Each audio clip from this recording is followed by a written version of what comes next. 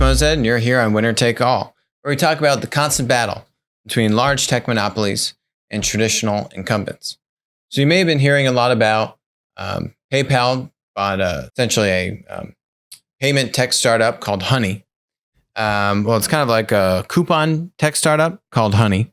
PayPal bought them for $4 billion last week. And there's been a lot of commotion about that it was a very high valuation and, was it worth it and all these kinds of things. So I'm going to pull together a few different opinions, a few different analyses from people, a few different stats, and then you're going to be able to make up your own mind. So what does Honey do, first of all? So Honey gives you an extension that goes on your browser. So if you use Google Chrome or whatever, you can get those like plugins.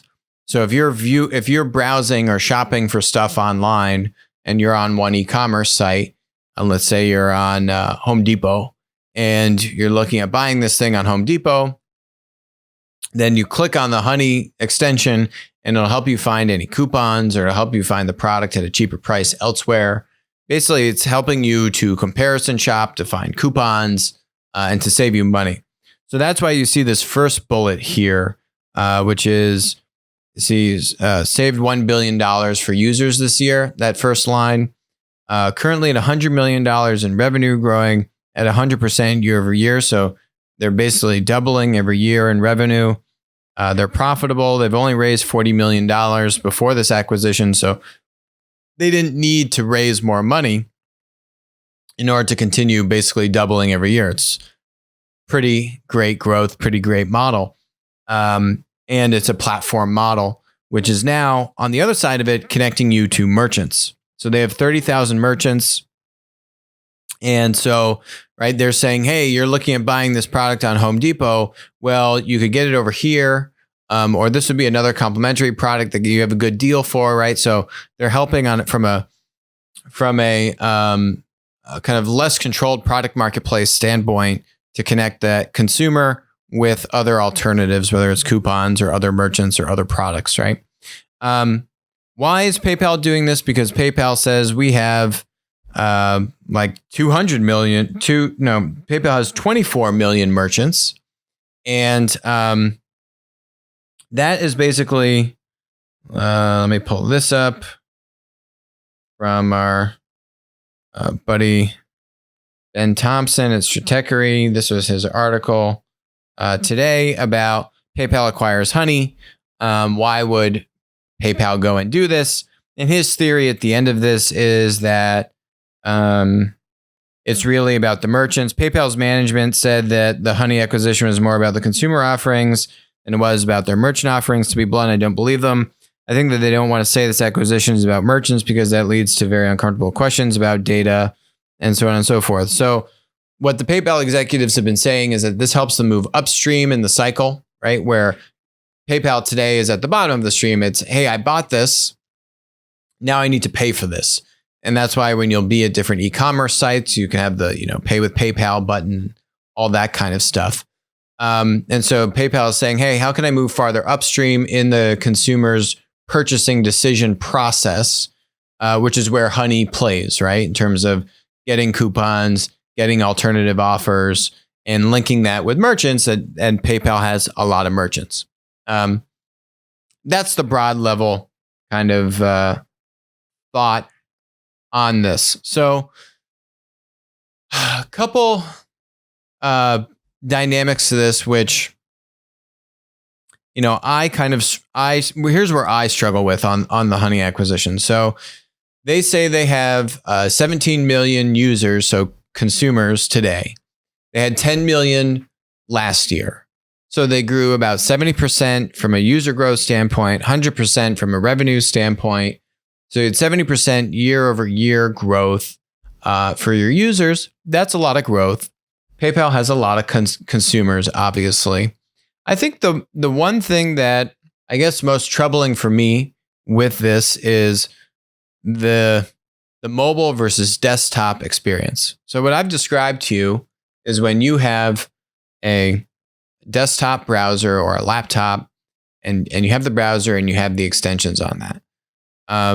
It kind of reminds me of when Facebook was launching their kind of app store for games. You remember that? You could make like Farmville and all these games. Remember Farmville? You could make all these games, and Farmville and these companies had amazing businesses that were growing like mad. But then that all fell apart. The whole kind of gaming platform thing fell apart when this thing called mobile came into the game. And then you had this thing called the App Store, which meant that your Facebook game called Farmville now couldn't be built in the same environment, that web environment. It couldn't be built within the Facebook ecosystem. And so it didn't work anymore. Literally, like the Farmville, all those businesses, Zynga, kind of went like that. And Facebook itself had a trying number of years. Remember when they were trying to do like the weird version? They didn't want to use iOS native apps. They wanted to do like a web browser experience on like HTML5 on iOS, because they didn't want to hand over the keys to the kingdom and solely operate in Apple's iOS environment. They wanted to have HTML5, and they didn't want to agree with it. And basically the experience and the user experience on the app was not good as apps that went native and used iOS versus ones that were these hybrid kind of HTML things. Okay, enough with that. Point is, they tried to go around the dominant platform in mobile called either iOS or Android, and it didn't work out. And the ecosystems that they built, which were kind of domain specific for the desktop web environment, didn't translate to the mobile app environment. And this is the thing that I don't know, maybe I'm missing it, but it doesn't compute to me. So Honey also has a mobile app that you can go on to, and they will show you coupons and they will show you other offers and products and things from their merchants. The difference is, I don't think people are really Honey's main transaction model is I'm online, I've got an extension, I'm viewing an e-commerce store, and you're now showing me alternatives, right? The Honey value prop business model is not, I go to honey.com and I go to honey.com to buy products because they're presenting me with the best product optionality or whatever it is, right? That's not the value prop online in a desktop environment, which is, I think, the majority of their usage. Mobile experience has a different value prop, which is you got to go to the Honey app, and the Honey app is then going to show you these coupon things, right? It might be a subtle difference, but it's a very big difference in my mind, right? If you just plot that user journey. And I don't see how the business model translates. I'm not saying it's not viable on mobile. I'm just saying for $4 billion and a 40x revenue multiple, we don't know what their profits are, but they're profitable. Whatever the EBITDA multiple is going to be even crazier. This company has crazy growth. They built a great business. My curiosity, and I'm sure the Dan Schulman at PayPal and these guys probably have a plan for mobile. I just don't really see it working the same way. And I don't see it being as sticky. And so I don't know if that means that Honey is a Farmville and this thing's going to crash and burn come mobile, because they're obviously operating in the mobile environment and you can see what the data is like. But let me show you some of these stats. Okay. So there's a few interesting charts here I was pulling up. This is mobile e-commerce as just a share of e-commerce. So 2018 is 1.8 trillion US dollars. This is 2019 now 67%. So you basically just see from 50% to 72, 73% over the period of 5 years or so. Now, this is another interesting one that's looking at mobile app versus web. So you can see that's the other point, right? Like people use apps for e-commerce. So that's on this right side, this kind of like pinkish orange thing. That's mobile apps. Mobile web is the gray. Mobile web is the gray. And you can see on the left side, mobile apps, e-commerce sales in versus mobile apps or desktop web or mobile web. You can see that breakdown. Mobile now accounts for 50% of all e-commerce traffic. This is on Shopify, but this is just traffic. And now here's another one that I was looking at because we're going to get to it later about Alibaba, but this was really interesting. Okay, so Alibaba doing about, this is like 3 trillion. I don't know. They're doing about 450 billion dollars in GMV US dollars. This is in 2016, so they're not fully releasing all this information as accurately as you would like, but look at the mobile.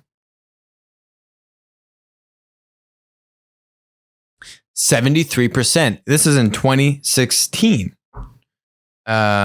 Is that mobile penetration. And so that to me, you just can't get the same experience of, I'm on my mobile browser, let's just say, I'm looking at Alibaba's, one of Alibaba's e-commerce sites, show me the coupons to buy this thing somewhere else. That user experience doesn't exist, right? Or worse, I'm now in the Alibaba app, which is clearly what those other charts were showing, is that people are buying stuff on mobile in apps much more so than they are on the web. So I don't have the answer there, but that to me is the thing that would certainly cause me a lot of concern for why you're spending so much money on this business, and can it actually move into the mobile arena or not? I don't know. I'd say I'm a little skeptical on that front. So now this has been an interesting one. A lot of people who are a skeptic of Amazon or negative on Amazon's model will say, well, Amazon doesn't make any money. It's a little bit harder to make that claim now. But certainly you would hear that claim about historically, well, I can't compare my business to Amazon because my investors won't let me not make money for 20 years. Now they're starting to make money. But for 20 years or so, Amazon was started in 1994. For a little over 20 years, Amazon basically wasn't making any money, wasn't really losing money. It was pretty much just breaking even, wasn't making any money. But it had huge growth. And so a lot of people will then say, oh, well, of course, if I could just make no money in my business for 20 years, then I could deliver to you in Amazon. Yeah, I'm definitely gonna have a challenge agreeing with anyone that says that to me on that point. But let's back it up a notch and actually debunk the fact that Amazon had no profits. And what FCF is free cash flow. You know that saying, cash is king? Amazon understands the power of the dollar bill more than just about any other company out there. You can see here revenue versus profit slide. Basically until 2018, profit was not there. It was non-existent. It oscillates basically slightly above break even or slightly below break even, but basically it's a flat line for 23, 24 years of their history, while sales are skyrocketing, right? The seasonality here that, where it goes up and then down, that's because of the holiday season, right?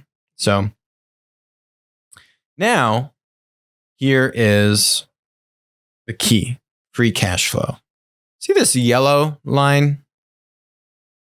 See in, say, 2006, you really kind of see it start to take off. Now, that might be $1 billion or so of free cash flow, but compared to the fact that they were only doing maybe $5 or $6 billion in top line, the relative amount of free cash flow is actually very strong, right? It's above 10%. Look in 2010, look at that spike. 2010, by the way, this is the Great Recession here, right? This is 2008. Their revenue kind of tapers off. It's kind of like flatlines 2008 to 2009, and then it goes back to 2010. Look at the spike in 2010 on the free cash flow. And then 2011, 2012, and then you really see that hockey stick growth. And the free cash flow kind of oscillates. Bam, look at 2015. It's really back and strong. $10 billion in free cash flow, 2017. Now look at it, man, over $25 billion. These are crazy numbers, okay?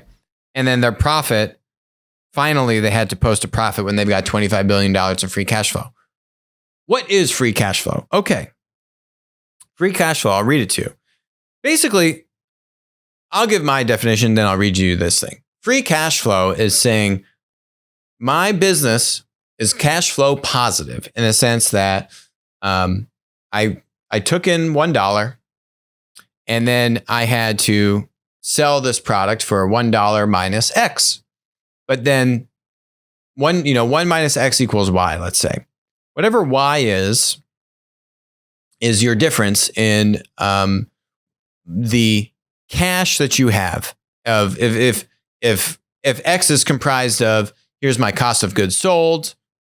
Let's say I sold you a book, and then you have some operating expenses, which could be for your personnel, developing technology, your fulfillment, your sales commissions, your bonuses, right? Health insurance, all of your expenses. And then you're saying, okay, well, what's left over? Now, here's the thing about free cash flow. Free cash flow is saying, if I was to generate 20 cents in free cash flow for every dollar that I take in, what Jeff and the Amazon team decided to do was to say, we're going to reinvest.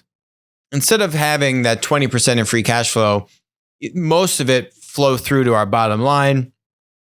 There's a little nuance here about the timing of cash, which I'll get into. But instead of having the 20 cents flow through to the bottom line and be profit, what we're going to do is actually reinvest, take that 20 cents, and now actually just have much larger operating expenses, right? I'm going to hire a lot more engineers. I'm going to invest a lot more in my infrastructure, in my warehouses, in my fulfillment capabilities, in all of those kinds of things, right? And so while I was generating 20 cents in free cash flow, I then decided to invest that 20 cents into other things, which meant that my net profit was basically zilch, nothing. But that's because I decided to reinvest that cash into the business, right? Now, here's the Vox's definition. It's a bit like profit, except it doesn't assume that Amazon has to pay for everything in the same time frame it sells it. Basically, how Amazon's payment cycle usually gets money for selling an item long before it has to pay for that item, and it takes Walmart an average of 3 days to receive payment. And while Amazon on average, so basically saying is Amazon receives the money for the product that you bought before they have to pay the supplier for it. It's out of that free cash flow that Amazon's able to deliver, to reinvest this money.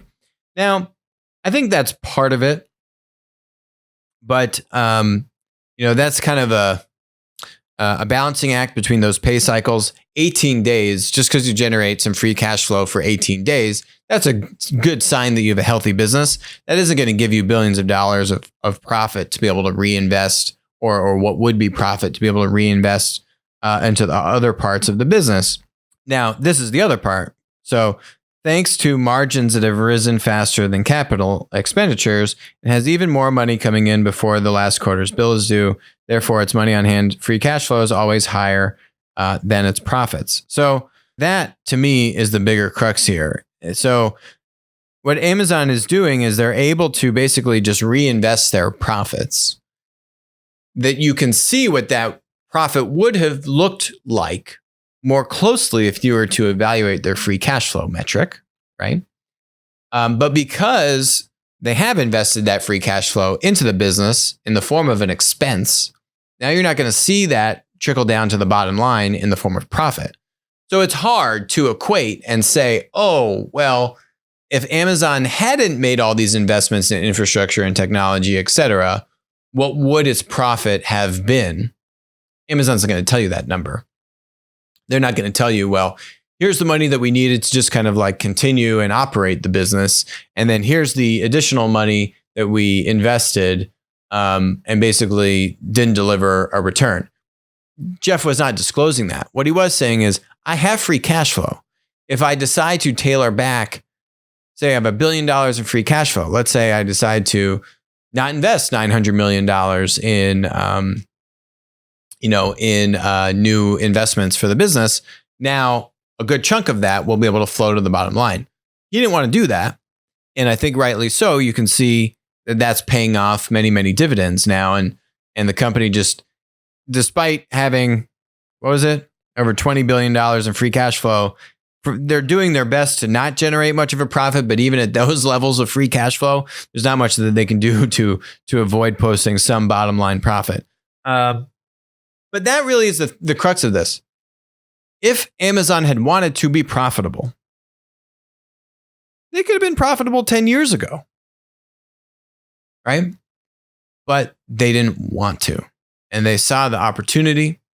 They saw the ability to invest in key areas and just now be so far ahead of the competition that literally the only company that is able to truly compete with Amazon is Walmart. Well, basically the largest company in the world doing over $500 billion in revenue, and they're struggling to compete, right? That's the kind of head start that Jeff was able to accumulate if they'd been profitable 10 years ago. Yeah, that would have been nice, but he clearly didn't think that was the best decision for the long-term success of the business. And I got to give him a lot of credit for that. So, net, don't believe people that tell you that Amazon wasn't profitable for 20 years, because they could have if they'd wanted to, but they actually made a smart decision to invest that money elsewhere. So let's look at Asia. So this was last week. Yahoo Japan and Line confirmed to merge. So if you don't know what Line is in Plaid, the ETF. They are the dominant messaging platform in Korea and other parts of Southeast Asia and Japan. They've expanded into doing, food delivery and logistics and ride hailing and a few other complementary kind of platform conglomerate type businesses. And in the past, let's see, you can kind of see the stock jump here from around $40 to a little over $50. And what they're going to do is they're going to take Line private and merge these two entities together and try and roll them up, consolidate this thing in Japan and other parts of Asia, where there's now increased competition from other large tech, either companies or tech monopolies, like the Alibabas of the world, that are moving very aggressively into Southeast Asia and these related spaces. Now, another reason why I think you see this happening is because we have Alibaba, which just did a capital raise, secondary listing. So Alibaba is listed with the New York Stock Exchange, primary listing. Secondary listing is in now Hong Kong. And you can see here, they raised about $11 billion in this listing. They said that it was oversubscribed. I have another article here that talks about the thing being oversubscribed and why they're raising this money. And they're saying that they're using this money to expand more broadly. It says the proceeds to drive user engagement, improve operational efficiency, pay for continued innovation. I think part of this is that they need to invest both at home and abroad in like Southeast Asia that we're talking about with the Line merger in order to stay competitive. They have Pinduoduo, the group purchasing e-commerce site that has taken off like wildfire in rural China. That's trying to give Alibaba a run for their money. So they have competitors at home, they have competitors abroad. You have Line merging. You have their competition just getting stronger, and so they wanted this capital to help shore up their balance sheet so that they can continue to reinvest and expand and all these kinds of things. Now, the interesting thing with this is that if you read through these articles, you may see, oh, well, wow, Alibaba's killing it. They've really done, this raise was a huge success for them. Another perspective on this. So Alibaba cuts fundraising target for delayed Hong Kong listing. Basically, what this article says from the Financial Times is that originally Alibaba was looking to raise up to $20 billion. They ended up just raising a hair over $11 billion. There's a TechCrunch article. And basically what it says is Alibaba was oversubscribed was the language that was used. And that the public offering was a huge success. The thing is that they were actually trying to raise more money, up to $20 billion. They really wanted to get this deal done by the end of the year. They didn't want this to carry on into next year. So you kind of need to ask yourself, why is there so much urgency here? Is it that they see this purely as opportunistic? Or is there some other kind of, say, pressure that is really forcing their hand, that they need this capital either to continue to invest in foreign or domestic operations that are burning through cash, or go do some acquisitions that they think are prudent because the competition is fast on their heels. But I think it's got to be a mixture of a couple of those things. It just, the timing seems a little bit rushed. The other thing to note about Alibaba is that when we look at these numbers on their site, these numbers stop in 2016. So they stopped to disclose exactly what their GMV is and all these kinds of things. You get to see in their standard reporting disclosure what their revenue is and what a traditional P&L looks like. But they don't give you GMV anymore. You need to try to infer what their GMV is. As we've spoken about on the show, Uber shows GMV, Lyft doesn't show GMV. And that, to me, as an investor, raises some red flags. This also seems a little bit very general. Oh, we just want to invest in more growth. Well, why do you need $11 billion to invest in more growth? Meanwhile, it's very obvious that the competitive landscape is only becoming more aggressive. And Hong Kong, there's a lot of turmoil in Hong Kong right now. Does that make a lot of sense to do the listing in Hong Kong right now? And you have to get it done by the end of the year. I don't know. It just seemed like a lot of things there that don't seem to make the most business sense unless there's some kind of other competitive threat or opportunity that they need to make an acquisition. That's really the thing driving this and putting more urgency on a deal like this. So maybe we'll see them make some kind of an acquisition and get some news about that in the near future. We shall see. So last topic is Tokopedia. And this actually dovetails perfectly with that point about there just being more competition in Southeast Asia. For example, Tokopedia raises $1.5 billion, and they are a marketplace backed by SoftBank and Alibaba. So they have raised this $1.5 billion, and they're operating in Indonesia. And it's not too dissimilar from the other marketplace models that we've spoken about on the show. But they're looking at maybe going public and that kind of stuff. But point is,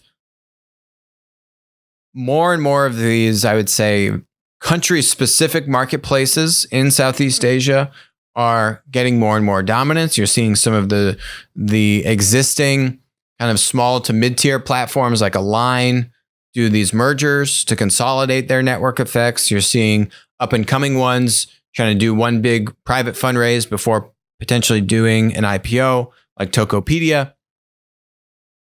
And what that's saying is that, I don't know, maybe Alibaba wants some capital to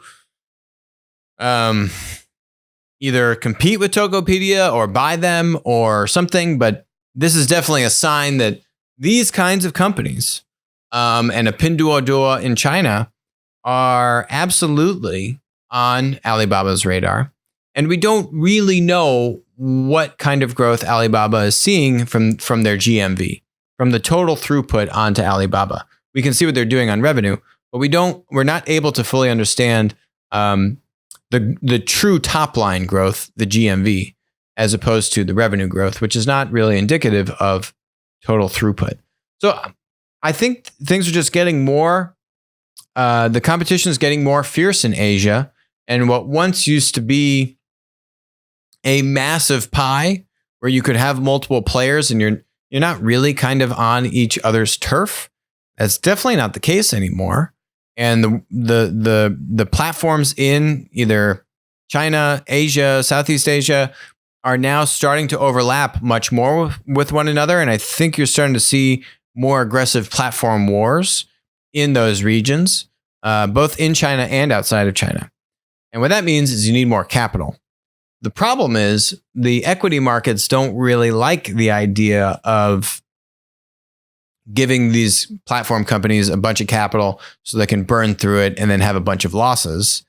And so I think that's probably part of the urgency that's driving, say, Tokopedia to do a raise and Alibaba to do a raise. They're trying to kind of stash up their war chests now because there's more uncertainty about what kind of capital they could raise later on. Maybe if the climate is a little bit better even. Or a little less rush to get that money. But it seems like people are trying to get that money, get the war chest so that they can endure a longer haul or longer period of competition in Asia. So it'll be interesting to see how this all plays out. That's it for us today on Winner Take All.